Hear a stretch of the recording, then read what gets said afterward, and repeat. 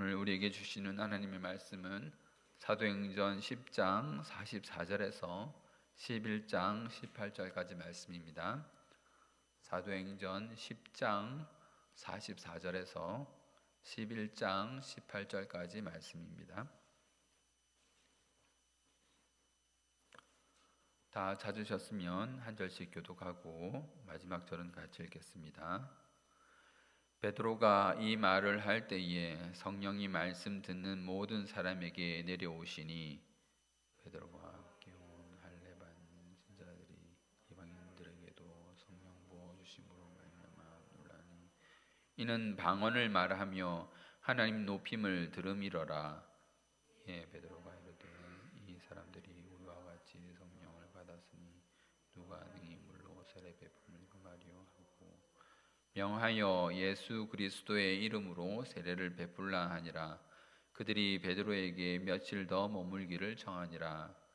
유대에 있는 사도들과 형제들이 이방인들도 하나님의 말씀을 받았다 함을 들었더니 베드로가 예루살렘에 올라갔을 때에 할례자들이 비난하여 이르되 내가 뭐할례지 집에 들어가 함께 먹었다 하니 베드로가 그들에게 이 일을 차례로 설명하여 이르되 내가 요파시에서 기도할 때에 황홀한 중에 환상을 보니 큰 보자기 같은 그릇이 내 귀에 매어 하늘로부터 내려 해압까지 드리워지거늘 이것을 주목하여 보니 땅에 네 발 가진 것과 들짐승과 기는 것과 공중에 나는 것들이 보이더라. 또 들으니 소리 있어 내게 이르되 베드로야 일어나 잡아먹어라 하거늘 내가 이르되 주님 그럴 수 없나이다. 속되거나 깨끗하지 아니한 것은 결코 내 입에 들어간 일이 없나이다 하니 또 하늘로부터 두 번째 소리 있어 내게 이르되 하나님이 깨끗하게 하신 것을 내가 속되다고 하지 말라 하더라. 이런 일이 세 번 있은 후에 모든 것이 다시 하늘로 끌려 올라가더라. 마침 세 사람이 내가 요속한 집에서 있으니 가이사랴에서 내게로 보낸 사람이라. 성령이 내게 명하사 아무 의심 말고 함께 가라 하심에 이 여섯 형제도 나와 함께 가서 그 사람의 집에 들어가니 그가 우리에게 말하기를 천사가 네 집에 서서 말하되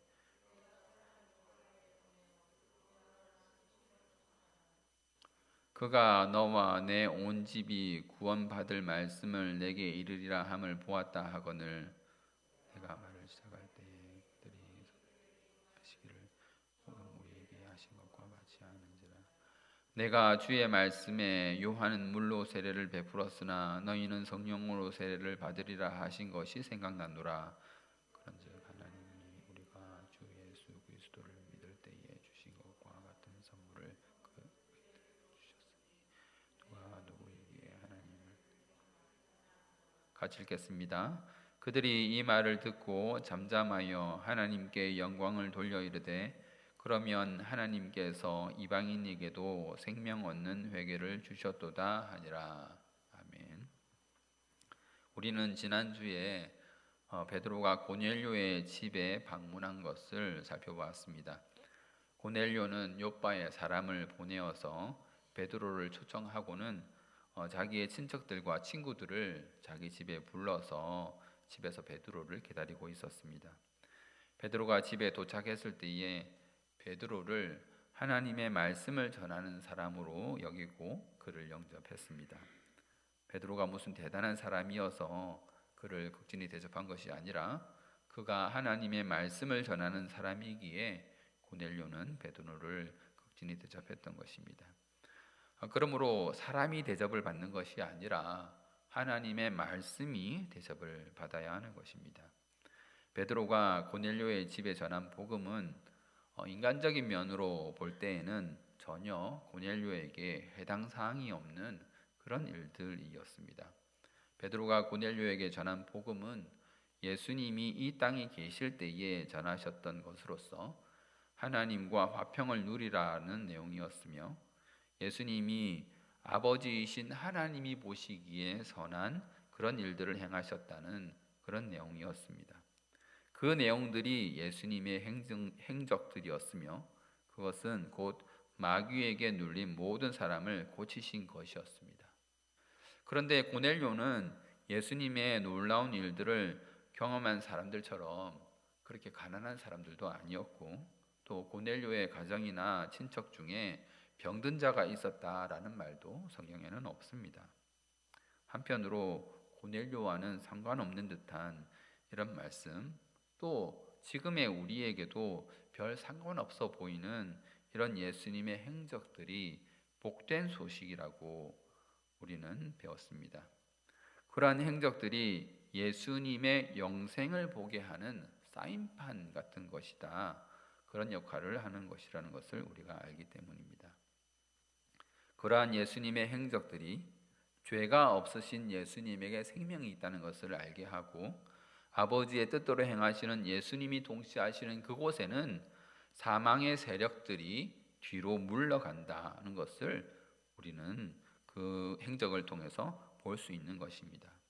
그러므로 우리는 그러한 예수님의 행적들을 보고 예수님 품에서 하나님과 영원히 사는 영생을 맛보게 되는 것입니다. 그러므로 예수님의 행하신 모든 행적들이 우리에게 복음이 된다라고 했었습니다.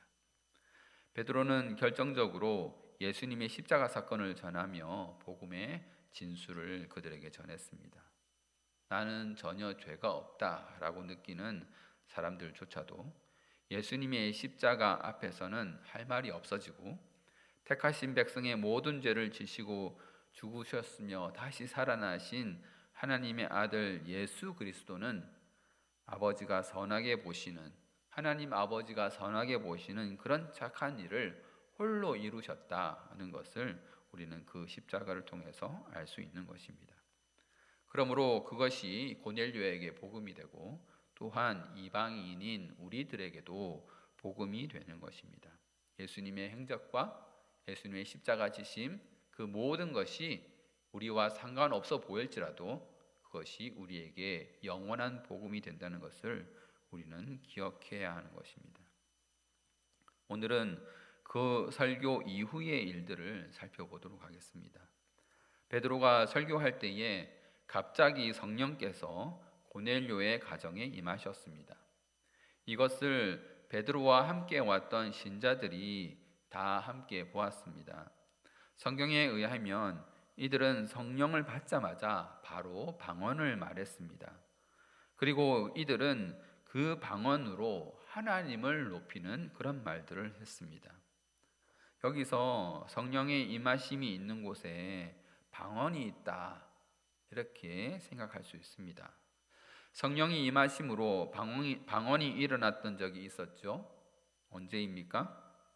오순절 성령 강림하실 때였습니다. 다시 한번 살펴볼게요. 사도행전 2장 2절에서 4절 말씀입니다. 호련히 하늘로부터 급하고 강한 바람 같은 소리가 있어 그들이 앉은 온 집에 가득하며, 마치 불의 혀처럼 갈라지는 것들이 그들에게 보여 각 사람 위에 하나씩 임하여 있더니, 그들이 다 성령의 충만함을 받고 성령이 말하게 하심을 따라 다른 언어들로 말하기를 시작하니라. 처음 오순절 날에도 역시 방언의 역사가 있었습니다. 오늘 본문 11장 15절에서 베드로가 묘사하기를 고넬료의 집에 내린 성령의 임하심이 처음 성령을 받을 때와 같다라고 했죠. 자, 사도행전 11장 15절입니다. 내가 말을 시작할 때에 성령이 그들에게 임하시기를 처음 우리에게 하신 것과 같이 하는지라. 그렇죠? 그렇게 성령을 받으면 방언을 말하는 일이 있었다. 처음 우리가 방언을 말했던 것 같이 그들도 방언을 말했다라는 것입니다. 그러면 성령이 임하시면 방언을 말하게 된다, 또는 방언을 받은 것은 성령이 임하신 증거이다, 이렇게 말할 수 있을까요? 여러분, 반드시 그렇지는 않습니다. 사도행전 8장 15절에서 17절입니다. 그들이 내려가서 그들을 위하여 성령 받기를 기도하니 이는 아직 한 사람에게도 성령 내리신 일이 없고 오직 주 예수의 이름으로 세례만 받을 뿐이더라. 이에 두 사도가 그들에게 안수하며 성령을 받는지라. 사마리아 성에서 성령이 임하셨을 때에는 방언을 말했다는 그런 기록이 없습니다. 성령이 임하실 때 방언을 말함이 반드시 있었던 것은 아니지만 그렇다고 또 방언을 말하는 것이 없었던 것도 아닙니다. 그렇다면 방언을 말하는 것이 왜 성경에 이렇게 기록이 되어 있을까요? 성령이 임하시는 그곳에 방언을 말하는 것이 있었다는 것이 2번이나 이렇게 기록이 되어 있는데 왜 방언을 말하는 것이 이렇게 기록이 되어 있을까요? 우리가 방언, 성경에서 이런 것들을 볼 때에 주의해서 볼 필요가 있습니다. 우리가 오늘 본문에서도 읽었는데 우리의 눈이 자연스럽게 가는 곳이 어디입니까? 우리 오늘 읽은 본문 중에서 우리의 눈을 끄는 곳이 어디입니까? 방언을 말하는 것에 우리의 눈이 갑니다. 또 어디에 눈이 갑니까? 하늘에서 보자기가 내려오는 환상, 그것에 우리의 눈이 가고 우리의 관심이 가죠. 그리고 천사들의 지시가 있었다 하는 그런 것에 자연스럽게 우리의 눈이 관심을 가지게 됩니다. 왜 그럴까요? 왜 그런 것에 우리의 눈이 가고 우리의 관심이 거기에 가죠? 그것은 우리가 겪어보지 못한 그런 신비한 일들이기 때문입니다. 마치 그런 일들이 내게 일어나면 어떨까 하고 그런 일들을 우리가 신비하게 여기기 때문에 그런 것에 눈이 가죠. 그래서 그런 일들에 관심이 가고 눈이 가고 그런 일들을 두고 따지기도 하고 찾아보기도 하고 그런 것입니다. 그러나 과연 그것이 우리 눈의 종착역이어야 할까요? 신비한 방언을 말하는 것이 우리 생각의 목적지일까요? 아닙니다. 그러한 일들은 우리 신앙의 목표가 아닙니다. 그러한 일들은 사인판과 같은 것입니다. 광고판과 같은 것이에요. 여러분, 가게 앞에 광고판들 많이 보시죠? 요즘은 LED 광고판 이렇게 해가지고 반짝반짝하는 그런 광고판이 얼마나 많은지 모릅니다. 빨강, 파랑, 초록 색깔을 바꿔가면서 우리의 눈을, 우리의 시선을 끌어당기죠.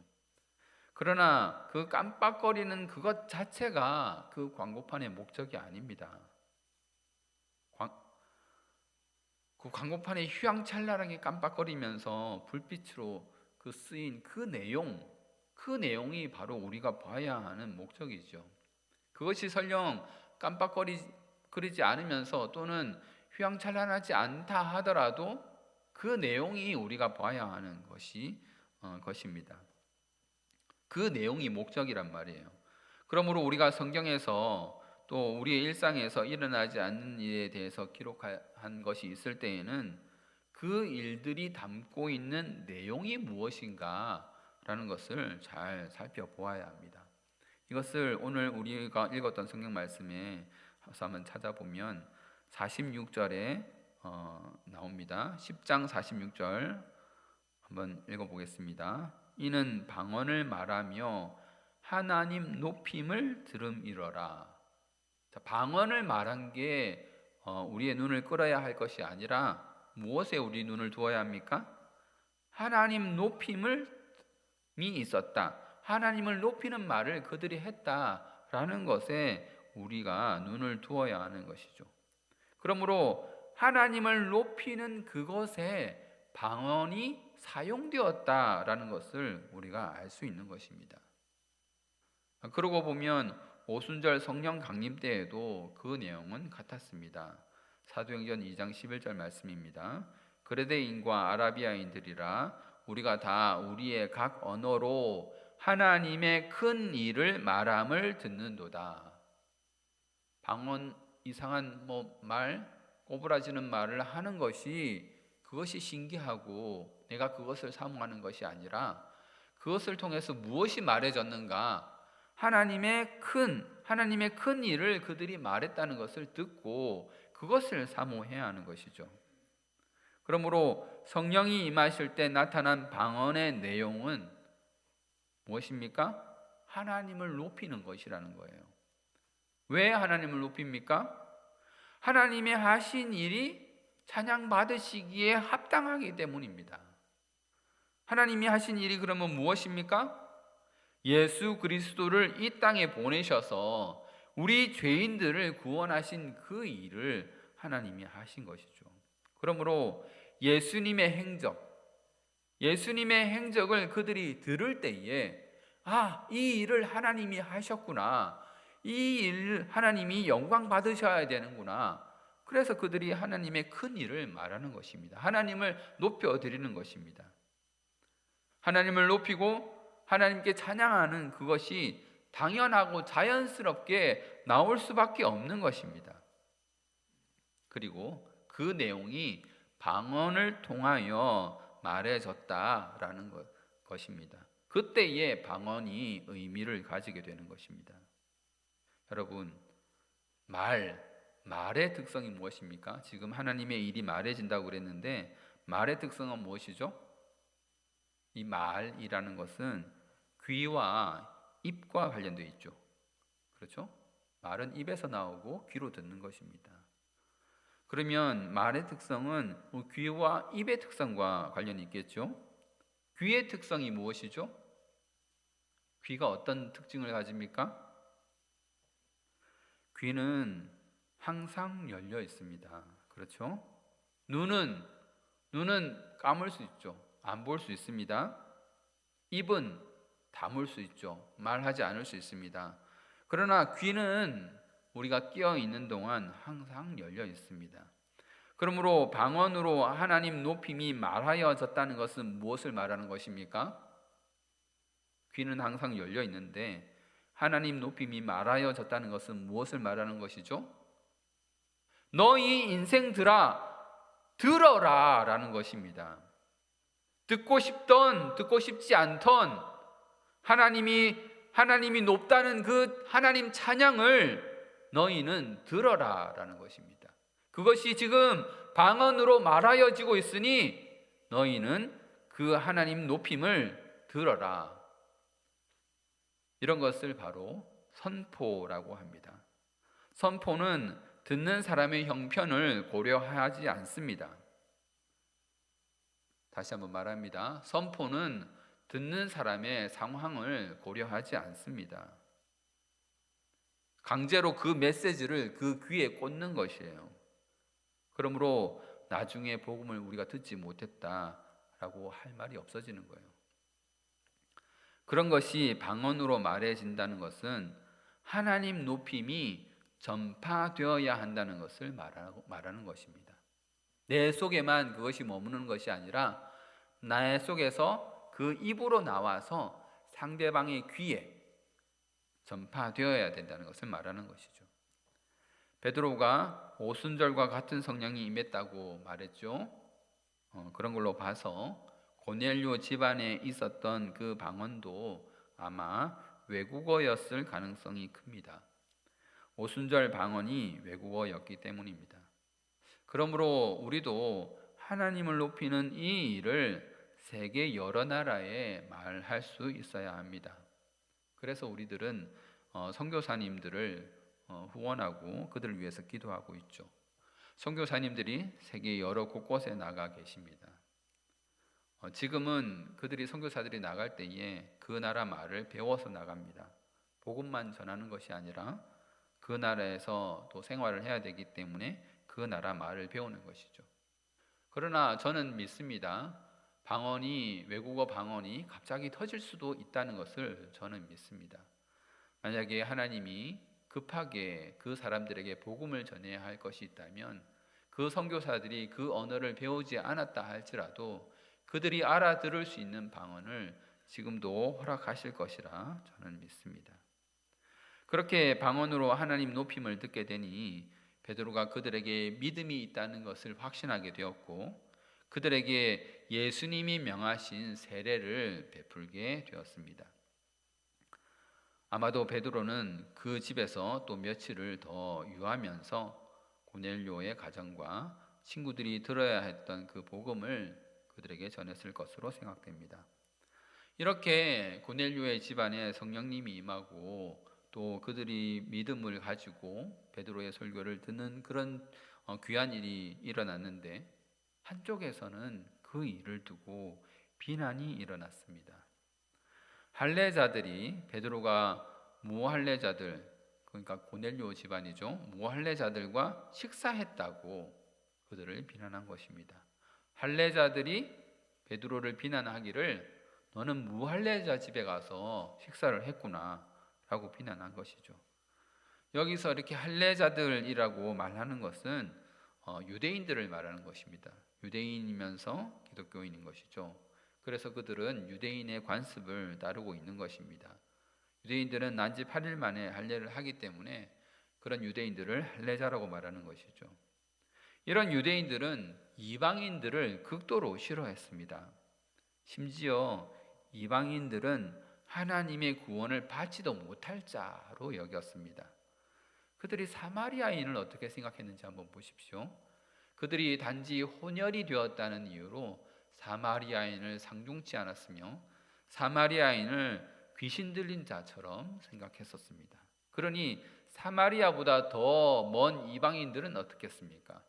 하나님을 알지도 못하고 하나님에 대해서 들어보지도 못한 그들은 당연히 구원받지 못하는 자로 여겼던 것입니다.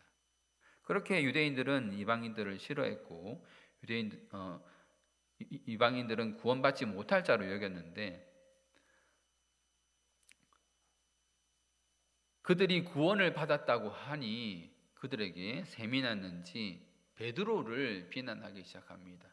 네가 유대인으로서 유대인이 아닌 이방인들과 가깝게 지냈느냐, 그들과 같이 식사를 했느냐라고 물어보는 것이죠. 그때에 베드로가 자초지종을 설명합니다. 그 내용들은, 그 베드로가 설명한 자초지종의 내용들은 우리가 이제껏 살펴보았던 그런 일들을 다시 반복하여 말하는 것으로서, 하나님의 천사가 고넬료에게 나타났었고 고넬료가 베드로를 청했으며 베드로는 환상을 보고 하나님이 깨끗하다 하신 것을 속되다 하지 말라는 그런 내용을 들었다는 그런 내용들입니다. 그리고 베드로는 그간의 일들을 설명하면서 사람들에게 하나님이 어떻게 행하셨는지 그 일들을 설명합니다. 우리가 16절부터 몇 가지를 베드로가 말한 것 중에 중요한 몇 가지를 알 수 있는데, 여러분들도 16절을 한번 자세히 살펴보시길 바랍니다. 베드로가 깨달았던 그 내용들이 무엇입니까? 먼저 베드로는 예수님의 말씀을 기억했습니다. 그렇죠? 요한은 물로 세례를 베풀었으나 너희는 성령으로 세례를 받으리라. 베드로가 그 일들을 설명하고 난 뒤에 평가하는 내용들입니다. 내가 이거를 깨달았다. 먼저 주님의 말씀을 깨달은 것을 말하고 있습니다. 이 말씀은 사도행전 1장 5절에 나타나는 말씀이죠. 사도행전 1장 5절. 요한은 물로 세례를 베풀었으나 너희는 몇 날이 못되어 성령으로 세례를 받으리라 하셨느니라. 그러므로 성령의 임하심, 고넬료의 집에 임했던 그 성령의 임하심은 무엇이란 말인가요? 예수 그리스도의 약속이다. 그 그리스도의 약속이 이루어진 것이다 라고 지금 말하고 있는 것입니다. 이방인들이 복음을 받는 그 일을 베드로는 무엇으로 여기고 있다고요? 예수님의 약속이 이루어진 것, 예수님의 약속이 이루어진 것, 예수님의 약속이 성취된 것으로 베드로는 여기고 있는 것입니다. 그러므로 사도행전 1장 5절에 너희는 1장 5절에서의 그 너희는 예수님 승천 당시에 모여있던 예수님의 제자들만 가리키는 것은 아닌 것입니다. 예수님을 믿는 모든 성도를 향하여 너희라고 하신 것이죠. 그러므로 되는 것이라 할 수 있는 것입니다. 제자들이 성령을 받는 것, 고넬료의 가정이 성령을 받는 것, 그리고 지금 우리가 성령을 받는 것도 예수 그리스도의 약속, 그 약속이 성취되는 것이라 할 수 있는 것입니다. 그리고 베드로는 17절에서 또 한 가지를 중요한 것을 말하는데, 성령이 임하는 것을 하나님이 주신 선물이라고 말합니다. 여러분, 선물이 무엇입니까? 선물은 나의 의사와 상관없이 주어지는 주는 사람이 일방적으로 주는 것을 말합니다. 요즘에야 생일 선물 뭐 받고 싶니 물어가지고 뭐 받고 싶다 그러면 그거 사주죠. 하지만 원래 선물이라는 것은 받는 사람의 의사와 상관없이 주는 쪽에서 모든 것을 결정해서 그냥 주어버리는 것을 선물이라고 합니다. 그렇기 때문에 받는 사람은 사실 무엇을 받을지 알 수 없어서 기대감에 그 선물을 받게 되는 것이죠. 그러므로 능력에 하나님이 주시는 것을 사람이 능히 막을 수 없다. 하나님이 선물로 주셨다. 하나님이 그냥 일방적으로 그들에게 주셨다. 베드로가 이렇게 말합니다. 그래서 내가 그걸 막을 수가 없다. 하나님이 하시는 걸 내가 어떻게 막느냐. 하나님이 주시는 것을 능히 사람이 막을 수 없다. 베드로가 그렇게 말하는 것이죠. 베드로는 이방인들에게 성령이 임하는 것을 예수 그리스도의 약속이 이루어진 것이라고 말하고 하나님의 선물이 그들에게 주어졌다고 말합니다. 여러분, 우리는 이것을 어떻게 여기고 있습니까? 고넬료의 집안 사람들이 베드로의 설교를 듣고 예수를 믿게 되었을 때에 그들이 받은 성령이 하나님의 선물이듯이 우리들은 예수님이 약속하시고 하나님이 선물로 주신 그 성령을 우리는 선물로 여기고 있습니까? 우리에게 임하신 성령님이 바로 성자 하나님의 약속과 성부 하나님의 선물인 것입니다.